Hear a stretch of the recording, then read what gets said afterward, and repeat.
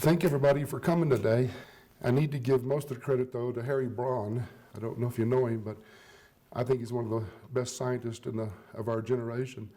He's in Arizona. He realized 30 or 40 years ago that we'd have an energy problem at some point, and so he began thinking and working on it. And his solution was to move to renewable hydrogen. He has a website. I guess he's still alive. I haven't had the internet in a number of years, so I haven't been able to keep up with him. But he has an internet site. I think it's phoenixprojectfoundation.us. And he has a number of solutions for different problems that faces. His original solution was just to make a bunch of windmills that was off the coast of like California, out of sight. It would be making electricity and then shipping it in. And one of his innovations was to use the hydrogen that would be produced to run in the same pipe that you put the electricity through. And that way all the transmission would be at superconducting and there'd be no loss of energy. And in fact, New York City uses this now underground, and they use nitrogen, not hydrogen, but in all their main power lines, they've replaced them with these nitrogen-filled systems so there's just no loss of electricity in their big lines. So that was one of his inventions, and almost everything I'm going to tell you today was his idea, although I've added a few things of my own, I think, to make it a little more complete. The basic idea is just the equation that this is essentially an infinite system. There's a finite amount of water on the planet, but the production of hydrogen is an infinite thing. You just take water, a little bit of electricity, it breaks it apart into the oxygen and the hydrogen. You collect them separately, you burn them or use them in whatever method. We'll go through a number of methods today, but you recombust the chemical energy out of it, and you have the same water left over that you started with. So that process can be infinite in its process. So one of the first things I would like to discuss is probably the very biggest problem of all, and that's power plants in the generation of electricity on the grid so that it's constant and always there. I saw in the news the other night, there was a team from MIT and several other major universities saying, oh, we just can't use renewable energy because there's not a cheap battery to store it. There's no way that we can store this energy. But since the 30s, we've known that the way to store renewable energy is by hydrogen. Even in the 30s, some farmers couldn't get gasoline during the different wars, and they've powered their own tractors. They just took a starter off of an old tractor, put a propeller on it, put the two wires into a barrel of water, and then got a balloon to collect the results, which is hydrogen and oxygen, which is a bomb at that point. But then they used that to run their tractors when they couldn't get any other energy. So the method has been known forever, and I don't know why our top scientists in the world don't understand that and realize that hydrogen is a very cheap battery. You just have to build a storage tank large enough to hold whatever amount you want. So one of the problems that we've been facing in our own backyard is a Four Corners power plant. And one of the handouts here is a mechanism for converting the entire Four Corners power plant to renewable hydrogen. I've sent this proposal to the president and every other person that represents me at every level of government throughout from the county on up to the president. Most of them don't answer, and the ones that do answer, it acts like they haven't even read my letter. I guess they find the word hydrogen in my letter and then go get a stock letter they have that has the word hydrogen in it and send that back to me. I've written the Navajo Nation, I've written PNM, and I've written everybody, and nobody wants to even look at the problem. I've asked the governor on more than one occasion just to hold a conference on moving to renewable hydrogen so that maybe our state could take the lead in this and we could get the economic advantage if we were the first to move. So the whole concept is that I don't have the internet, so I don't know if the calculations are correct, but I calculated that about 40 square miles of solar panels around that plant would produce enough hydrogen day and night to run the thing 24 hours a day to run all 4 generators. And so the process would be something like this, where it would probably take the first one would be very expensive, and it would take a lot of coordination among different people, but I could see Google coming in and providing their knowledge, and I could see some of the solar companies coming in and providing knowledge. And it would all be automated, I think, and very efficient. But the idea would be get the first one going, and it would become an example for the rest of the world at that point of how you could change it. So I would have like a solar factory out there that's actually making the solar panels. And to preserve the environment, I would have drones that went out and mapped everything. And then people are in a nice room designing the system. I would have some large spider vehicles that would go out and plant all the supports for it. And then as the panels were made, there might be large spider things that would go out and automatically install them. Maybe hundreds of them actually working at the same time, all walking out and just installing the panels. My calculations show they'd have to install something like 15,000 panels a day, 250 watt panels, to do the whole project in 10 years. And so what that would do was drive down the cost of making panels. It would drive down the cost of producing all of that. The net result, though, is when it's through, is that the power plants will be devoted to completely hydrogen. So they would never have to buy any more fuel for the power plant, and they would never produce any more pollution.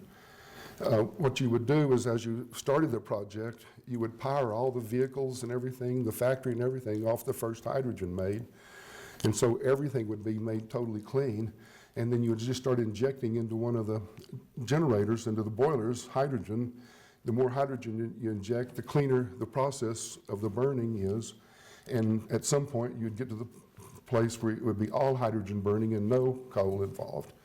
Then after those generators wore out, the ideal system is moved to gas turbine generators, where you don't boil water at all. All you do is like a jet engine. You burn the hydrogen directly in a gas turbine, and it produces the electricity straight from there. So you could have a multiple of smaller generators giving more backup and allowing it to produce the constant power 24 hours a day. One of the things that I can't believe that we keep hearing on TV is renewables don't work because the sun doesn't always shine and the wind doesn't always blow. Well, when the sun is shining and the wind is blowing, make extra hydrogen. I mean, it seems that easy to me. So once we got to the process where we were making large quantities of electricity free like that, then different things like desalinization would be possible. It's only energy that keeps that from happening. So we have water problems all over the country, and it's only a matter of energy. If there was a free plant generating enough energy, then you could have desalinization of large amounts of it. So everything that runs on steam could be replaced by this, and nuclear power plants are one of them. Anybody that says that nuclear is not carbon intensive, I think it just doesn't understand the problem, because of all the transportation, all the different things, the mining that's involved. There's an awful lot of carbon. And then the best I can tell, the very best minds on earth have yet to figure out what to do with the results of the nuclear reactors. Right now, they're essentially being stored on site everywhere around the world, which is a danger to everybody. One of the advantages of hydrogen is there's just almost no danger to it. It's a light gas, and if you get enough oxygen, it is a bomb. But in a number of situations, NASA was transported a lot of hydrogen during the 60s when they were going to the moon. And several times the trucks crashed, and there was no serious incident. And if it had been hydrocarbons, it would have been dirty, things burning everywhere. Hydrogen is so light, though, that it just tends to escape when it gets a chance. So the next thing is, and to me, I don't care what method we use to generate the hydrogen. It could be windmills or solar panels or anything that's renewable. But I particularly like solar panels because they just work forever. They have no moving parts. They could be used, the DC current directly to make hydrogen rather than going through an alternating current phase, which I think would be more efficient. And there's just no maintenance to them. There's just nothing to do. I've been running my panels now for about 15 years. And the last time I measured them, they were still outputting the same as when I got it, essentially. And so I have my own empirical evidence of how well they work and how long they work. And by the way, the first panel ever made is still working. And so that's oftentimes used as an argument against them. The next system I'd like to discuss is the transportation system. And that's where a great deal of the pollution is made in our country and in around the world. The first thing to do, I think, would be trains. It's just so obvious that they have large tanks. They could move very easily. They fill up in one place, so you could have a hydrogen production facility there. It would be so easy to convert the trains to run on hydrogen. During World War II, the Germans did an awful lot of research on hydrogen, and they converted every kind of engine. They even did a submarine at one point that was running on hydrogen. The advantage being no pollutants, and it only produces water, so there's not even bubbles that come up from it when it's burning hydrogen underwater. It just makes more water, and so you can't actually see it. And so apparently Mercedes-Benz has never stopped experimenting with hydrogen in internal combustion engines. And this is one of the things that seems to be the great secret. I saw a whole show this morning on hydrogen fuel cells and how we can, that's now the future and it's here and we can move to it. But what they don't tell everybody is that every internal combustion engine ever made can be converted to run hydrogen. The cars that you're driving right now could be converted to run on hydrogen if there was just a source of it somewhere that you could buy it easily. And according to Harry Braun, this was probably 10 years ago I read that, but it was like $600 a car to convert. 3 different car manufacturers now have out hydrogen fuel cell vehicles that require hydrogen.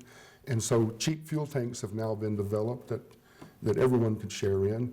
So you'd need a fuel tank, you'd need a pump, and the modifications of the carburation system, and that's essentially all you need. Most of the ones that have been converted in the past, there's a little knob, hydrogen or hydrocarbon, and if you have hydrocarbon, that's what you use. If you have hydrogen, that's what you use, or you can use halfway in between. So that's all been done and experimented with, and is apparently real, and doesn't require any new knowledge on mankind's part, just the awareness that we could do this if we would just start on it. The one exception I would have for trains is the coal-fired railroads. I think they could be converted to run on hydrogen, but it just wouldn't be the same if you couldn't pick the coal dust out of your hair after that. So I would have one exception for coal-fired trains. So autos can be converted. In the 50s, a 707 one engine was converted to run on hydrogen.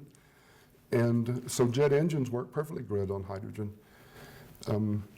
It's probably the biggest problem because you just can't put a fuel tank on top of the plane, and hydrogen is tough to store right now. We can't store it in odd shapes like in the wing where they store fuel. So Harry Braun just suggested that we put 2 doors on the front of the plane and you put a big hydrogen tank between the pilot and the passengers, and then nobody would get up front that way. And you could convert a plane by losing a few seats, and then it would run on hydrogen from then on. And then that's one of the things that would have to be worked on. There's some evidence that we can store hydrogen in solids, and there may be a way of making special solids that would fit into the wing tanks at some point, but that is something that would have to be discovered. And I've, most of my life, been a big fan of NASCAR and racing, and I wish they would take the advance on this and convert theirs to run on hydrogen. Unfortunately, they're all sponsored by fuel companies, but one of the disadvantages of hydrogen, it is under extreme pressure and cold temperature, and so you can't, just like on gasoline, you can't just throw a tank in there and let gravity feed it. It has to be a very positive, and it probably takes 5 minutes to fill up a vehicle, so that's something NASCAR would have to work out. But I watched the program this morning. They're showing there's 50 hydrogen stations in California right now because they're encouraging the hydrogen fuel cell vehicles. So it's a common practice. You can do it right now. Hydrogen is made there, and there's nothing keeping us from doing it. The next thing I'd like to discuss is that I would like to see it go everywhere. I'd like to someday see a little camping outfit. You have your little solar panel, and you make your hydrogen for your fuel stove, and have a little maybe compressor that helps you compress it, and you go on a 2-week. And if you did that, then you could use fuel cell batteries, which instead of batteries, you just add hydrogen to it. You don't have to charge them. You just put a little bit of hydrogen, and then it's a battery, a fuel cell that would just run your flashlight. So that would probably last among things. Another thing is there should be some amount of home production of this. I'm going to suggest at some point that every house in Los Alamos have solar panels on it. People could make their own hydrogen, wouldn't have to worry about it unless they was going on a trip. And also, natural gas is the most clean burning of the hydrocarbons, and would probably be the last to be replaced. But if you was making your own hydrogen, it seems like it'd be very easy to inject that hydrogen into the pipeline, which would make the natural gas more efficient and make the whole process more efficient and save you money. Because every hydrogen you make on your own, after your equipment is paid for, it never costs you again. The next thing I'd like to discuss is like third world countries. Our county council recently spent $50,000 to come up with a new slogan, and it was to live exponentially, make sure there's nothing left for the poor or the future. And I went to him one day and I talked to him and I said, you know, what's important for humanity is to learn that we need to change reality, not change the appearance of reality. By making a new slogan, you're trying to just change the appearance. It's like changing the flags on Main Street. Well, that's not going to change anybody's thoughts of Los Alamos. Every one of them is going to think about the bomb. So I said what we should do is be involved in making these hydrogen stations that we take to third world countries. Right now, a lot of the children and adults go out into the forest or wherever they can, gather hydrocarbons, bring them back into their camp every day, burn them in their houses. They ingest them, it hurts them, it goes into the atmosphere and eventually hurts everybody. What I would foresee is a day when maybe the young kid would go into the center of the village and he has this balloon and he goes up to the hydrogen station and he fills up this big hydrogen balloon, which is enough to last his family all day. And then while he's there, he might check the internet to see, check on his English or charge the batteries for his tablets or his cell phone. That would give him connections to the rest of the world. The system would also like pump water and purify it and just be a little central unit there that benefited the lives of those people. And I said, if we put across the top of that, courtesy of your friends in Los Alamos, I said, I bet that kid growing up getting hydrogen from that station would never remember the bomb. He would remember us for doing something good to the world. So my point to them was do something real to change the image, not just try to change the image itself. Let's do something that's better and greater than the bomb, so we'll be remembered for it. So I would have a fully integrated system that would use whatever, there'd be different sizes for different villages, but it would provide all of these necessities of life for them. And we see everywhere where education gets to the people, things change for the better. And if people know about the internet and know what other people are doing in the world and they want to do the same thing and they want to be like them, and it just raises the whole character of the world. Next, I'd like to discuss the economic benefits of doing this. For one thing, the economic benefits are not being calculated in almost anything we do. I think the gold mine that it was in Colorado that the water burst open and it polluted the thing. Well, somebody took all the gold out of there, but they didn't pay the entire price. They just paid a part of the price. The rest of the prices has to be paid by all of us because of the pollution that's caused. And it's the same with the hydrocarbons. We're not counting the full cost of what it's doing to us. Right now, the autism rate in our country is approaching 1 in 55 or something like that, children. If everybody's autistic in the future, how are we going to keep our society going? And what is causing that autism? To me, it could easily be caused by the influence of hydrocarbons in our environment. There are studies that show that maybe every cell on the planet has 200 to 250 chemicals in it that didn't exist before mankind started our industrial revolution. And that our pollution is virtually hit everything on the planet. So we're not counting the full cost. Moving to a hydrogen would be probably fairly expensive for the infrastructure at first, but then the benefits and the total cost would be measurable and would be good for mankind, not costing us over decades. And then one of the things, if we did move to hydrogen and everybody knew about it, then all the little mom and pop shops around that have an automotive thing could begin converting all the cars. That would be such a tremendous boost to the economy. That would probably be several million jobs. It would be clean jobs. It would be beneficial to mankind. More people would start producing hydrogen. One of the things I've thought is we could, cover all the houses in Los Alamos with panels. And since everybody can't afford it, there's people here who have extra money, and they invest it maybe in the stock market or CDs or something. To me, an investment in the stock market is, I don't think it's real. I mean, you're investing in, I think this stock is going to do good, but you're not actually giving it to that company to see if they can make a better product or something. You're just guessing. Whereas if you invested in solar panels and hydrogen, we know that for the foreseeable future, people are going to need energy. And we know that for the foreseeable future, it's going to provide energy. So however long you have to make the amortization on it, there is some amount that sooner or later it pays for itself, and then it begins generating free from that point on. That seems like a great economic benefit. And it's my opinion that the last few wars we've been in have been over oil. Just, simply because we thought we needed the oil and we thought they had it. Whereas if every country, and we was encouraging every country to move to a hydrogen production, at some point that would just vanish as a need for conflict on the planet Earth.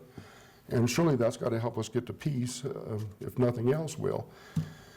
So I think there's a bunch of economic advantages that we're not looking at. The other thing is, since we would be in control of the production, we could actually maybe even set a price. And maybe since energy has so much effect on the economy, when energy prices go up, then it hurts everybody else except the oil companies.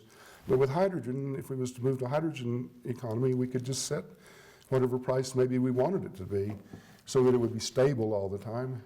Some economists better than me would have to figure that out, but it's just an idea that I had that Harry Braun thinks that it would stabilize at $2 a gallon, although at some point we would be producing an excess of hydrogen, and at that point it would be downward pressure on it. And I don't know if it's possible or not, but it might be if the government was divesting these stations, maybe they could pay off the national debt by the free hydrogen they would get at some point. I don't know. They don't seem to always do a good job with things. And the military also would benefit. Right now the military consumes immense amounts of oil. All other things could be converted over to hydrogen, although in a perfect world we would not be using them at all. And then one of the problems that we're going to face if we do move to hydrogen economy and stop pumping oil from the ground is, where do we get oil to make things with? And so there's a number of different plants and things, hemp being one of them, that would produce great amounts of oil. Somebody needs to do a study and see how much we would have to produce to replace oil completely if we didn't dig any more oil wells. Another thing about solar energy and oil wells is that an oil well, lots of times you hit a dry well, but with solar energy, you'd never hit a dry well. Whatever money you put into solar energy, it's going to be there into the future. The next thing I'd like to discuss is Los Alamos' role in the whole thing. And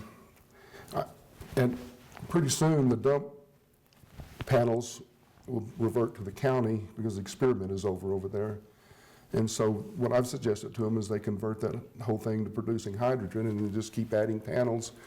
Like I said, I'd put them on every building, all the public buildings, all the homes. I'd even lighten all the mesas out here, the south-facing mesa, make a thing we could put them on wires and produce all the energy that we need. Now, again, the problem is, how do we get energy at night? And over at the lab, there's a gas turbine generator not being used. So what I would do is produce the hydrogen in town, ship it over through the pipes to the generator, have it make electricity, bring it back in the middle so we could test that entire concept of superconducting transfer of the electricity. And test, in essence, the entire program here in Los Alamos. Test everything, convert all of our vehicles to run on hydrogen, produce all of our own hydrogen, and just set an example. And the best I can tell, the only hardship that it would cause on the public is that hydrogen evaporates somewhat, and you'd have to fill up your car more often.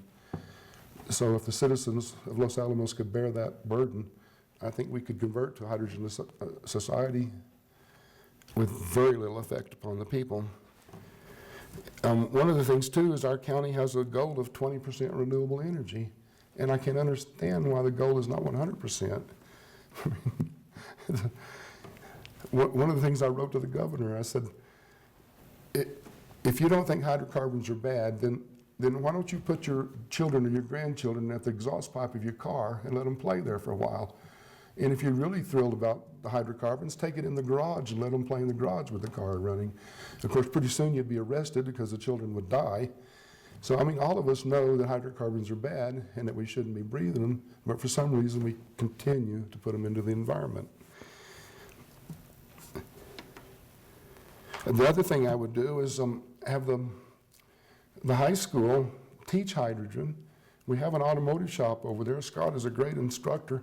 Have him teach how to convert vehicles to run on hydrogen, have a hydrogen production system right there at the high school so they could sell hydrogen themselves to help pay for the thing, and then have that coordinated with the lab so the lab would always be teaching them and helping them do the right thing, and any new things learned could be taught immediately to the students. But to me, it seems like to me that would be a very good thing for all the students. They would all have a job thing for years to come of being able to convert and knowing about that. So